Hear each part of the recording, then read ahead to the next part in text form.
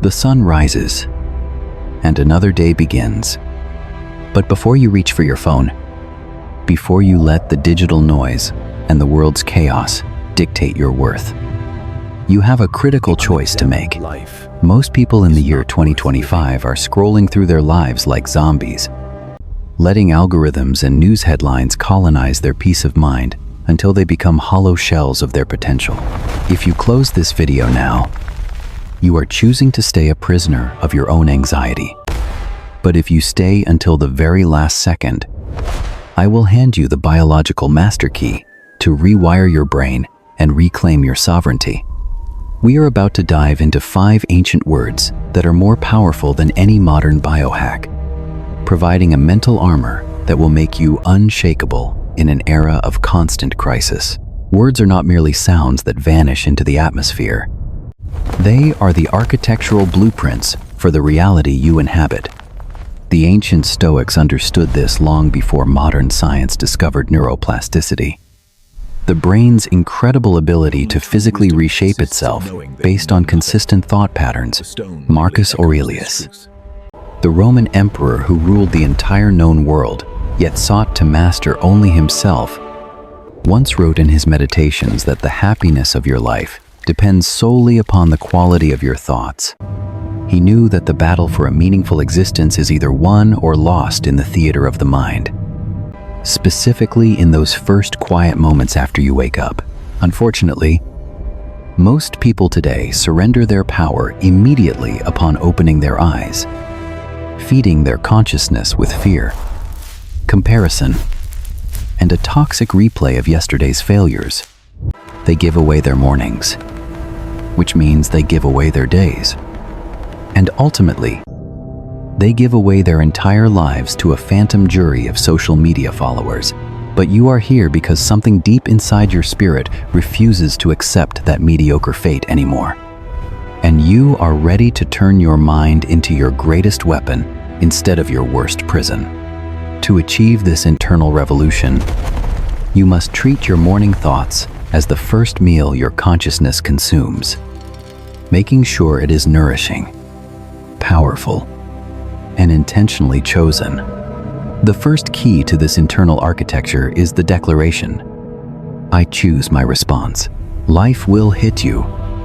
That is not a possibility. It is a guaranteed certainty.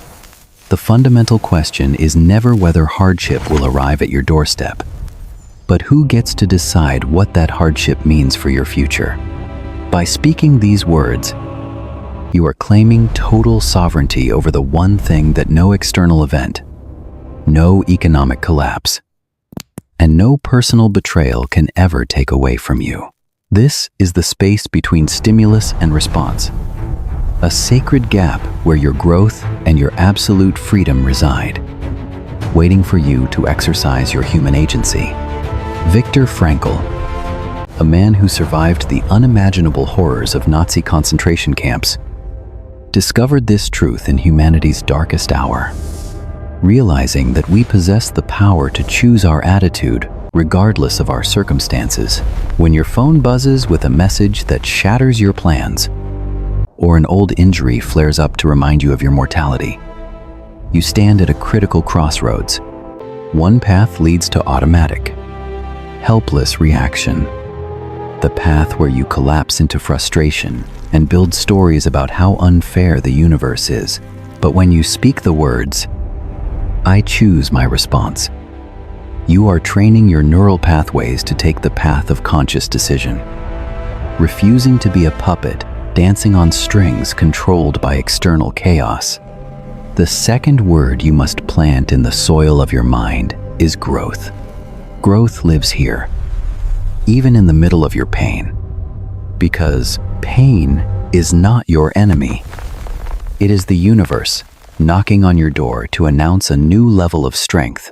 The moment you feel stretched beyond what feels safe or familiar, you are not being punished.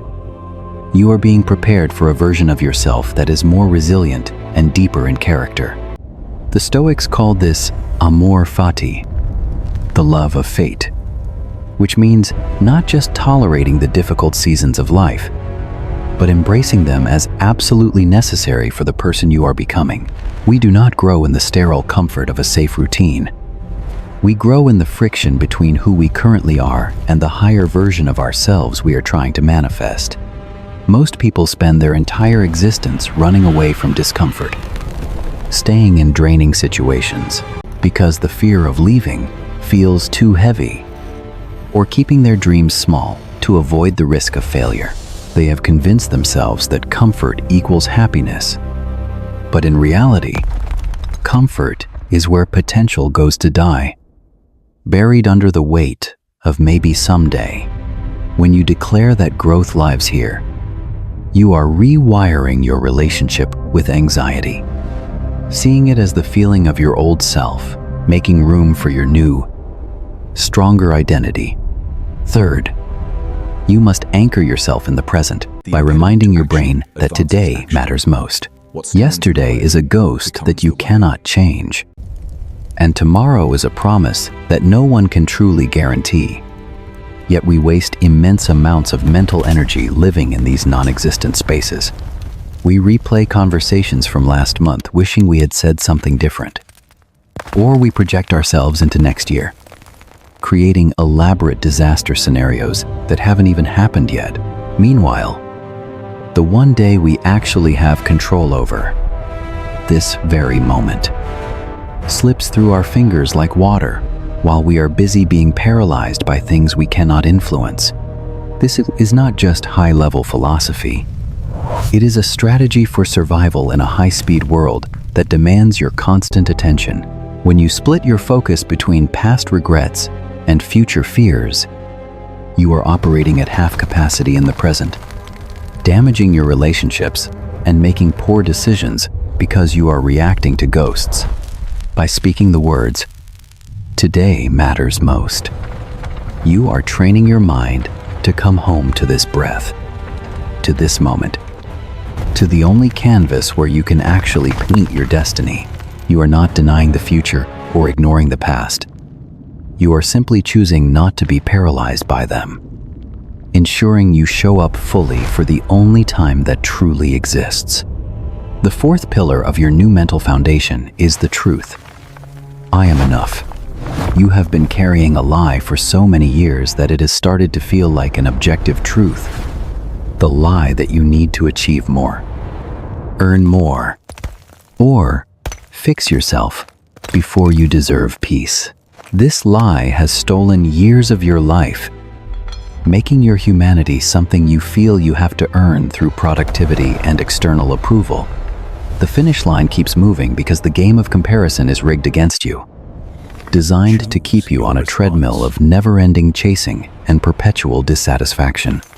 When you wake up and say, "I am enough," you are not claiming to be perfect. You are claiming your inherent wholeness as a human being. You are declaring that your value is not contingent on your output or how many people approve of your choices on a digital screen.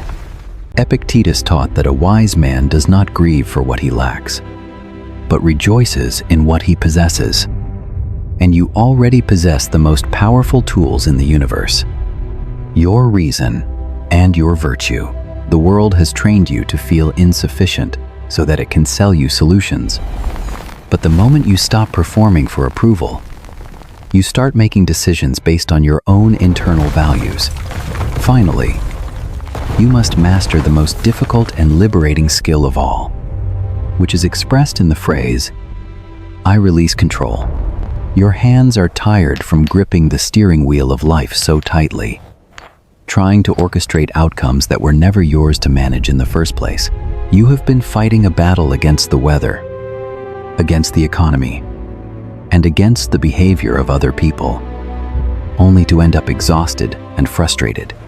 Control is a myth, and the harder you try to micromanage the world around you, the more suffering you create for your own soul. When you wake up and say, "I release control," you are practicing the Stoic dichotomy of power, distinguishing between what you can influence and what you must accept. You can influence your effort, your attitude, and your integrity. But after you have done your part, you must let go of the result, whether it is a career milestone or a relationship you care about. Everyone has their own path and their own timing that you cannot dictate. By releasing the need to control others and the timeline of your own success, you create the mental space for things to flow naturally instead of suffocating them with your desperation. These 5 words, spoken with conviction every single morning, will build an internal architecture that the world cannot tear down. I choose my response. Growth lives here. Today matters most. I am enough. And I release control. They are the language of someone who has decided that their inner world matters far more than their outer circumstances. This is not a luxury for the elite. It is a survival manual for anyone who refuses to settle for a mediocre inner life in a chaotic world.